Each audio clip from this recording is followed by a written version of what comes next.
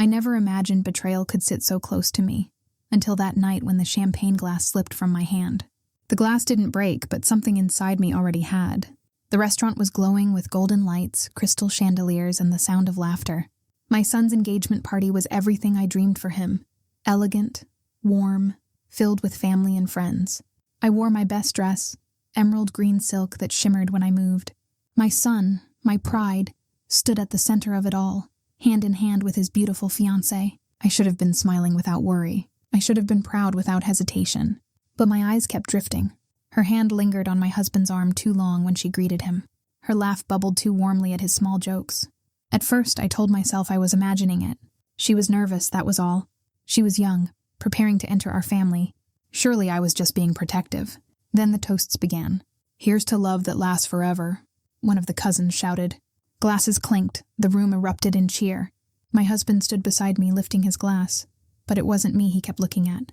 His gaze slipped sideways toward her, and she was looking back. When it was my turn to speak, I lifted my glass with a trembling hand. "To my son," I said, forcing my voice steady, "may your future be filled with loyalty, trust, and joy." The words tasted heavy, like I was warning someone. Laughter rippled around us again. Someone muttered under their breath, not knowing I was close enough to hear. "They look good together." My head snapped up. My son was across the room, chatting with his friends. The remark wasn't about him. It was about my husband and her. My throat tightened. I sat down quickly, fixing my smile like a mask, pretending everything was fine. My son's fiancée glided to the seat beside my husband. She leaned in close, whispering. His head tilted toward her, just enough. "You always understand me more than anyone," she murmured, her voice low but sharp enough to cut through the music. I froze. My husband chuckled softly, brushing it off with a dismissive wave. "Don't be silly," he said, but his smile was too warm, too private, a smile that used to belong to me alone. I forced myself to sip champagne, though the bubbles burned down my throat. My mind screamed no, but my body stayed still, dignified, pretending. I had lived too long as a wife and a mother not to know how to keep composure. All night I watched them. When she laughed, she touched his arm. When he spoke, she leaned in, her eyes shining in a way that made me sick. My son didn't see. He was glowing with happiness, talking about wedding plans. Everyone else was celebrating, oblivious. I wanted to stand, to shout, to demand answers. But what proof did I have? My pride chained me to my chair. My son's joy stopped me from making a scene. I stayed still, a statue dressed in emerald, smiling on the outside while something inside me twisted tighter and tighter. And then it happened. The music swelled. The guests were busy laughing at a joke. Out of the corner of my eye, I saw movement, quick, quiet. My husband stood, pretending to stretch, and slipped away from the table. Not a minute later, she followed. Her eyes flicked around the room once, cautious, before she disappeared in the same direction. The sound of clinking glasses and laughter filled the restaurant, but all I heard was silence, heavy and suffocating. My hand tightened around the stem of my glass until my knuckles turned white. I rose slowly, my heart hammering against my ribs. No one noticed me watching. No one saw what I saw. They were gone. And I knew. I had to find out where. The laughter from the dining room faded, but what I heard in the hallway froze me. The corridor was dimly lit, the golden glow from the restaurant's chandeliers barely reaching this far. Behind me, muffled music and clinking glasses continued, but ahead, the silence pressed heavier, broken only by faint voices. I followed instinct, my heels clicking softly on the marble floor until I reached the corner near the restrooms. My breath caught. I could hear them. At first, I thought maybe it was strangers, another couple stealing a private moment. But then I recognized the voices. My husband's deep tone, her lighter, trembling one, my son's fiancée. I pressed closer, heart pounding until my back touched the cool wall. My hands shook as I slid my phone from my purse. I wasn't the type to spy. I wasn't the type to doubt. But tonight, everything felt like a crack in glass, spreading wider with every second. "I hate hiding like this," she whispered. Her voice was tender, almost desperate. Then came the words that shattered me. "You're my secret." The hallway spun for a second. My knees nearly buckled. My husband answered quickly, his tone calm but sharp. "You know we need to be careful. She's smart. She'll figure it out." He was talking about me. My hand trembled so badly the phone nearly slipped from my fingers. I forced myself to breathe, pressed record, and leaned closer to the thin wooden door that separated us. My chest tightened with every sound. "She can't find out," the fiancé continued. Not until everything is ready. I can't lose what we planned." There was a pause. Then his voice, steady and cold. "I'll handle her." I pressed my hand over my mouth, stifling a gasp. My stomach twisted, bile rising. "As long as our future is secure," she whispered back. "Future. With him. My husband. The father of my son." The phone wobbled in my grip, the red recording light trembling as badly as my hands. I wanted to burst in, to scream, to drag them both out in front of every guest. But my son's face flashed in my mind, his smile tonight, his pride in introducing the woman he thought would be his wife. I couldn't humiliate him, not without certainty. I pressed harder against the door, desperate for more, desperate for words that would make sense of this nightmare. Their voices dropped, too soft for me to catch, only murmurs and low laughter that cut like glass. For one wild second, I wondered if I was wrong. Maybe I misheard. Maybe I twisted their words in my head. My heart begged me to believe that. But then her giggle slipped through again, followed by his whisper, "Patience. She'll never see it coming." The phone nearly fell. I clutched it to my chest, the sound of my own pulse roaring in my ears. I couldn't breathe. I couldn't move. I was caught between denial and certainty, between the life I thought I had and the one crumbling around me. And then, suddenly, the doorknob rattled. My entire body jolted. My instincts screamed. I shoved the phone back into my purse and stumbled back a few steps, pressing myself against the shadowed corner of the hallway. The door creaked open. Light spilled into the hall. I ducked, praying the shadows would hide me, holding my breath so tightly I thought my lungs would burst. I saw a figure step halfway out, the sharp outline of her dress, his taller shape behind her. They paused, glancing both ways. Did they see me? I pressed back harder into the wall, every nerve burning. I could almost feel their eyes sweeping the darkness. And then, she laughed softly. "Come on," she whispered. The door closed again, but I knew. I knew they had seen something. A flicker of movement, a shadow that didn't belong. And now, I wasn't sure who was hunting who. When we got home that night, he kissed my cheek as if nothing had happened. His lips brushed my skin so casually, so tenderly, that for a moment I almost questioned myself. Maybe I had imagined it. Maybe those whispers behind the door weren't what I thought. But deep down I knew. The kitchen lights glowed soft and golden as we walked inside. He loosened his tie, humming lightly, like a man who had spent the evening celebrating his son's engagement. I, on the other hand, felt like I had aged 10 years in just a few hours. "Long night," he said, pouring himself a glass of wine. "But beautiful, wasn't it? Our son." He looked so happy. I forced a smile. He did. My voice was steady, though my stomach was churning. He leaned against the counter, swirling his glass. "I'm proud of us, you know. We raised a good man. Now he's starting his own family." I studied him. His face was open, calm. If I hadn't heard his voice in that hallway, I would have believed every word. That was the worst part. He looked exactly like the husband I thought I knew. I had to test him. "She seems fond of you," I said carefully, watching his reaction. He threw his head back and laughed. "Fond of me? She's like a daughter already." His laughter echoed through the room, but something in his eyes flickered, just for a second, before he took another sip of wine. I nodded slowly, as if satisfied. But inside I tightened my guard. He was lying and he was good at it. The night moved on like nothing was wrong. He brought out a small gift bag he'd hidden in the pantry, a silk scarf in my favorite color. "Saw this and thought of you," he said, draping it over my shoulders. "You deserve it." I smiled, but my heart didn't move. He was covering tracks, layering charm over guilt. Later, as we sat in the living room, his phone buzzed on the coffee table. He grabbed it instantly, faster than I'd ever seen him move, and pressed the screen to silence. His thumb flicked across, erasing something before I could glance. "Work," he muttered, without even looking at me. "They never stop." I nodded again, pretending to accept it. But my chest burned. Near midnight, the house had grown quiet. I was preparing for bed when his phone lit up again. He turned away, murmuring into the receiver. I caught just enough to make my blood run cold. "Yes, it was wonderful tonight," he whispered. "Don't worry, she suspects nothing." And then, the final dagger. My son's fiancée's name appeared on the screen when he pulled the phone away. He noticed me watching. "She's just nervous about the wedding," he said quickly. Needed reassurance. My throat was tight, but I forced a gentle nod. "Of course. She must feel overwhelmed."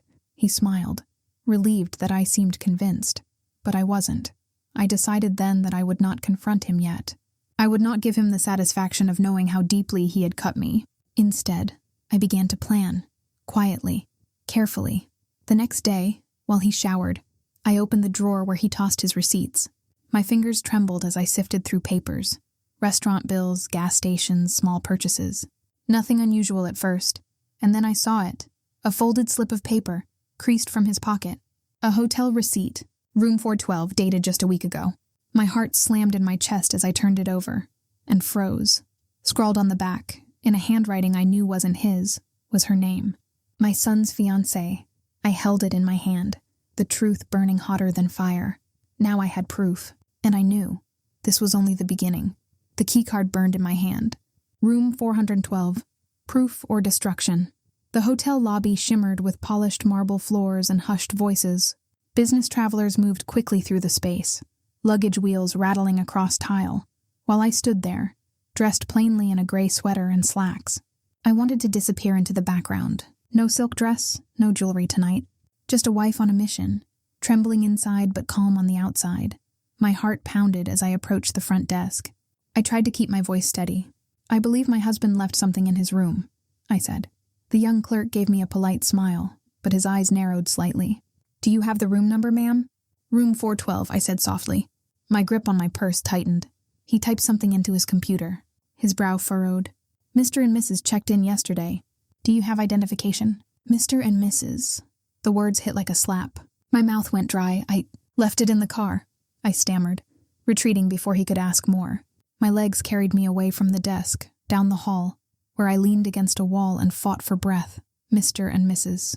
He had brought her here often enough to be recognized. I couldn't stop now. I wouldn't. Near the elevators, I spotted a maid pushing her cart, her eyes weary from long shifts. My pulse steadied just enough to act. I slipped a folded bill into her hand. "Please," I whispered.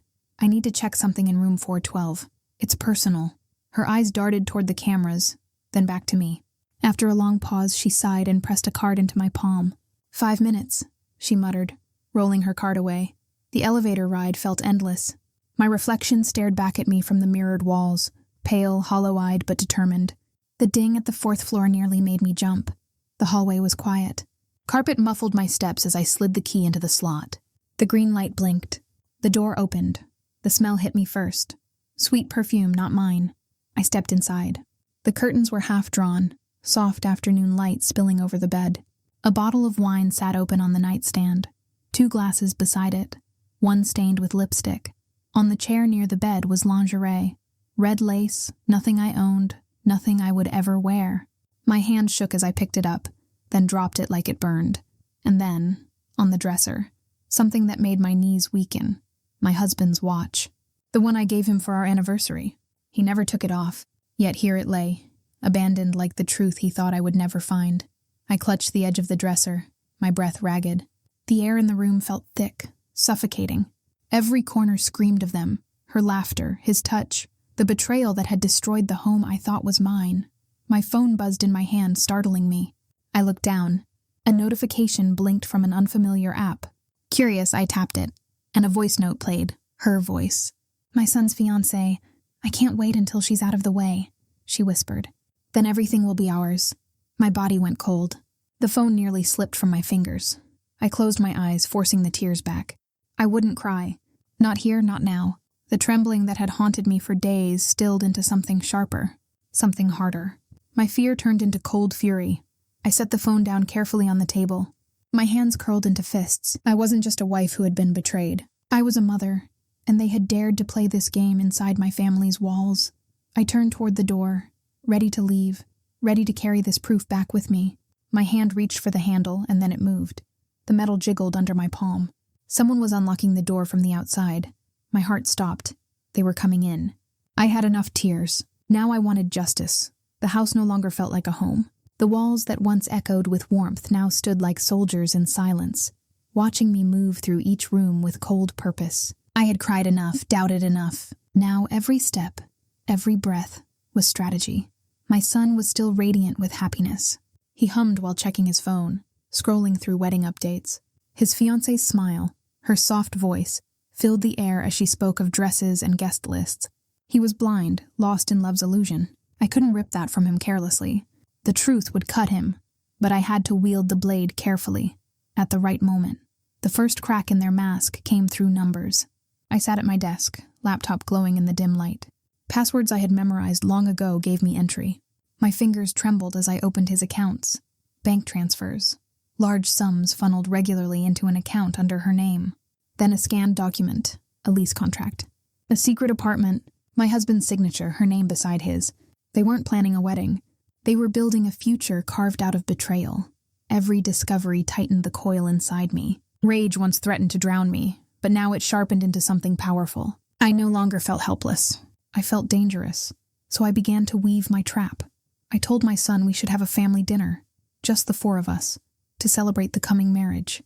His eyes lit up. "That's a wonderful idea, Mom," he said, hugging me. He had no clue the battlefield I was setting. The day of the dinner, I prepared not food, but evidence.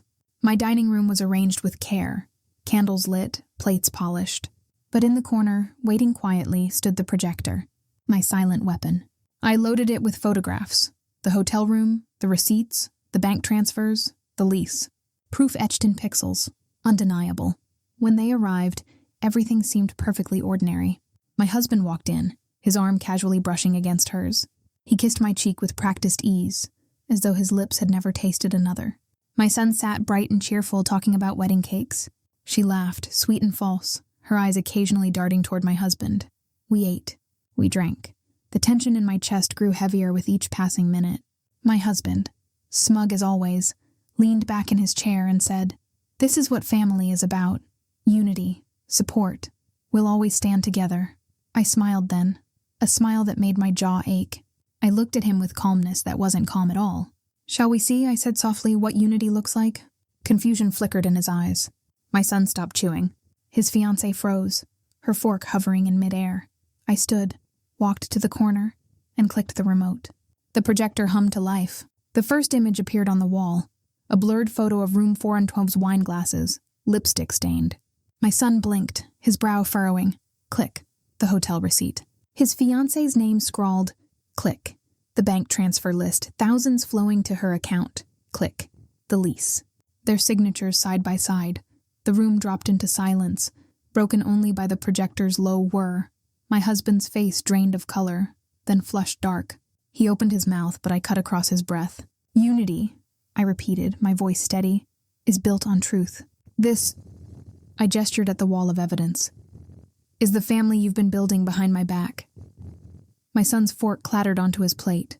He turned to his father, his voice trembling. "Tell me this isn't true." The fiancée gasped, her lips parting, scrambling for words. My son's eyes were locked on her, burning with disbelief and a growing horror. She opened her mouth, and in that moment, caught between her lies and my son's breaking heart, the trap snapped shut. Silence heavier than thunder filled the dining room. The projector light still glowed against the wall, casting ugly shadows across their faces. The table that once held meals of laughter and warmth now felt like a stage for betrayal.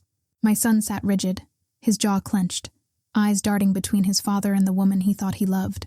No one moved. Even the air seemed afraid to stir. Then she broke first, the fiancée. Her fork clattered onto the plate, and tears welled instantly, rolling down her cheeks. "It's not what it looks like," she whispered, voice trembling. I only wanted security. I loved him for his strength, but I never stopped caring for you too." Her words struck like shards of glass. My son flinched as if slapped. My husband leaned forward, his tone suddenly soft, rehearsed. "She's young. She didn't know what she was doing. She seduced me. I was weak, but it meant nothing. Nothing, I swear." The audacity made my blood boil. He still thought he could twist the story, paint himself the victim. My son slammed his fist onto the table, the plates rattling. "You betrayed me and my mother?" His voice cracked, fury and heartbreak colliding. The fiancée buried her face in her hands, sobbing harder. I thought marrying you would give me stability, but your father, he promised me more. Power, influence, everything." Her voice dropped to a bitter whisper. "He was the one I truly wanted." The words stabbed deeper than I expected. My son recoiled, his face pale, as if he'd been gutted from within. My husband reached toward him, desperation etched into his eyes. "I never meant to hurt you, son. Enough!" I cut him off, my voice steel. I rose from my chair slowly, deliberately. "You meant every second. Every kiss. Every lie. Every transfer. Every night in that hotel." His lips quivered, but no words came. For once his charm failed him. I turned to my son, who sat frozen, fists trembling on his knees. My heart ached at the sight, but my resolve remained unshaken.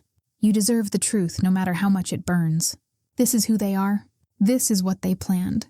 To strip me of everything, to use you as a pawn, to take what we built as a family and turn it into their empire of deceit. He buried his face in his hands. The fiancée reached toward him, but he shoved her hand away with disgust. I trusted you, he whispered hoarsely. Both of you. The fiancée sobbed louder, mascara streaking her face. My husband stared at the floor, lips moving silently as if still crafting excuses, but I didn't care to hear them anymore. I stood tall, my voice unshaking now. This ends tonight. I will not sit silent while my family is carved apart by greed and lust. I will not be the victim in my own home. They both looked up, startled at the authority in my tone. I am calling my lawyer, I continued coldly, and the police. Fraud leaves a trail, and I have every receipt, every document. You thought you were clever, hiding in shadows, but I dragged your secrets into the light. The fiancée gasped, her sobs choking into silence. My husband's face drained of all color, fear replacing arrogance. And at the end of the table, my son lifted his head, eyes red but burning with something new. Not confusion, not heartbreak, but fury sharpened into clarity. The evidence glowed behind me. My declaration hung in the air, undeniable. And as I reached for my phone, their world began to collapse. The next morning, I signed away a marriage that had died long ago. The lawyer's office smelled of paper and polished wood, the kind of room where lives unraveled and were put back together in signatures and seals. A stack of documents sat before me, each page a nail in the coffin of a life I had once believed in. My pen hovered, then pressed to the paper. Each stroke felt lighter, freer. Across the table, my husband sat stiff, his tie crooked, eyes bloodshot from a sleepless night. The mask he once wore, charming, untouchable, had crumbled. Now he looked small, cornered. Please, he muttered, voice cracking. We don't need to drag this into court. Let's settle privately, avoid the scandal. For our son's sake, for the family name. The hypocrisy made me want to laugh. Family name? He had already dragged it through filth. My lawyer, sharp-eyed and calm, slid another folder toward me. Before you consider that, she said, you should know. He's already attempted to transfer significant assets into another account. My head snapped toward her. What? She nodded, tapping the papers. An apartment purchased under the mistress's name, accounts funneled offshore. He wasn't just betraying you emotionally. He was attempting theft. The air thickened. My husband's jaw tightened. It wasn't like that. I snapped, my voice colder than winter glass. I leaned closer across the table. Don't you dare tell me it wasn't like that. Every lie you told, every transfer you made, every night you spent with her, it was exactly like that. His lips trembled. You'll ruin me. I sat back, my hands steady as I slid the signed page across to the lawyer. No, I said evenly. You ruined yourself. My lawyer gathered the papers with swift precision. I'll be filing an injunction immediately. Accounts will be frozen by the end of the day. He won't be able to touch a cent. For the first time in years, I exhaled without fear. The weight of deception no longer anchored me. It lifted, replaced by something sharper. Liberation. He slumped in his chair, muttering curses under his breath. But I no longer heard them as wounds. They were nothing more than the whimpers of a man watching his empire collapse. As I left the office, the city air felt fresher, brighter. Divorce was not defeat. It was freedom papers, proof that I had chosen myself over his poison. My phone buzzed. I glanced at the screen, expecting my son. Instead, the name made my stomach turn. Her, the fiancée. Against better judgment, I answered. Her voice poured through the line, no longer soft or sweet, but sharp with venom. You think you've won? She hissed. You humiliated me. You destroyed everything I planned. Now I'll destroy you. I'm suing your family for emotional damages. I froze on the sidewalk, cars rushing past. The city alive while her threat sank into me. The ink on my freedom papers was still drying, yet another battle was already rising. She tried to play victim, but truth is louder than lies. The courtroom smelled faintly of old wood and nerves. It was a place where stories clashed, and only evidence stood tall in the end. I sat at the front with my lawyer, spine straight, hands calm in my lap. My husband sat a few feet away, hollow-eyed, deflated, no longer the man who once strutted with confidence. And across from us sat her, the fiancée, dressed in pale colors, hair neatly tied back, a mask of innocence painted carefully onto her face. She wept when her turn came, her voice trembling for the audience of strangers. "I was manipulated," she said, lowering her eyes, voice quivering. "I was young and confused. She pointed toward my husband, used me. I never meant to hurt anyone. I'm the victim here." A murmur ran through the room. I kept my face still, my silence stronger than any outburst. Lies collapse under their own weight. I only had to wait. The judge raised an eyebrow, glancing down at the documents stacked before him. "And yet," he said, "you're suing this family for emotional damages." "Yes," she said, pressing a hand dramatically to her chest. "They humiliated me, exposed me, ruined my reputation. I deserve compensation for the pain they've caused." My husband shifted in his seat, but he didn't speak. For once, even he seemed unwilling to rescue her. And then, my son rose. He looked pale but determined, his jaw set. When the judge nodded, he stepped forward, his voice steady though his eyes betrayed pain. "She's lying," he said simply. "She never loved me. She only wanted our name." Her head snapped toward him. "That's not true." But he held up his phone, the screen glowing with messages. "She forgot to delete these. Texts to my father, promises, plans, laughing about how blind I was." His voice cracked, but he pushed on. "If anyone here is a victim, it's my mother and me. She doesn't deserve a cent." The room grew still. The judge extended a hand, and the bailiff carried the phone forward. A moment later, the courtroom projector displayed the texts across the wall. Words of greed, words of betrayal, her own words, her face drained of color, the mask crumbling. "Those were taken out of context?" she stammered, but it was too late. The truth was raw and undeniable. The judge leaned back, his voice firm. "Case dismissed. There will be no damages awarded. In fact, the evidence suggests attempted fraud on your part. I strongly advise you to leave this courtroom quietly before you face further charges." The gavel struck. The sound was final, echoing like thunder. The fiancée crumpled in her chair, sobs shaking her shoulders. My husband remained still, defeated, his gaze locked on the floor. And me? I stood tall, adjusting my coat, dignity intact. I hadn't needed to scream or beg. I had let truth speak, and truth had been enough. My son walked toward me, shoulders heavy yet straighter than before. He slipped his arm around mine, his voice low but certain.